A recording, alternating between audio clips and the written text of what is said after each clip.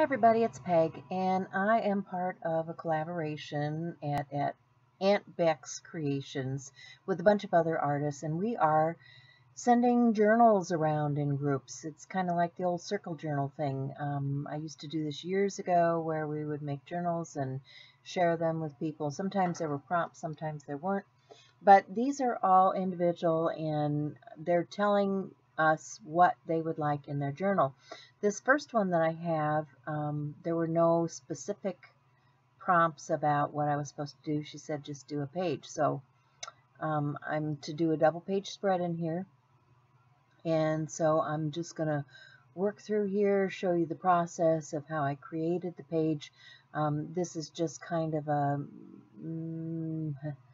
record of what I did to create for these journals, because the people that are getting these journals back in the future may want to know how a particular thing was done. And let me tell you, sometimes when it's months later and somebody asks me a question about this stuff, there's no way I'm going to remember what I did.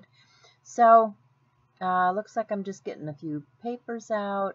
It's actually been a couple of weeks since I did this, so but I thought I ought to start, documenting this stuff. So I'm going to glue some papers down, probably add some other mediums, put some texture, whatever on here, and ship it off on its way. So it's a sped up process. You can hit the controls down below and slow things down if you want to see things in a little more natural state, but it was about an hour and a half that I spent on this page. So yeah, I thought I ought to speed it up a bit, because you guys have all seen me glue stuff down before.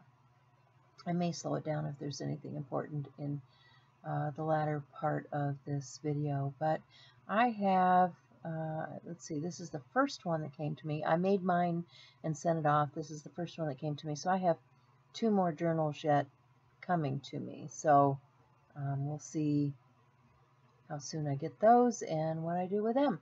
So traveling journal number 1. Here we go.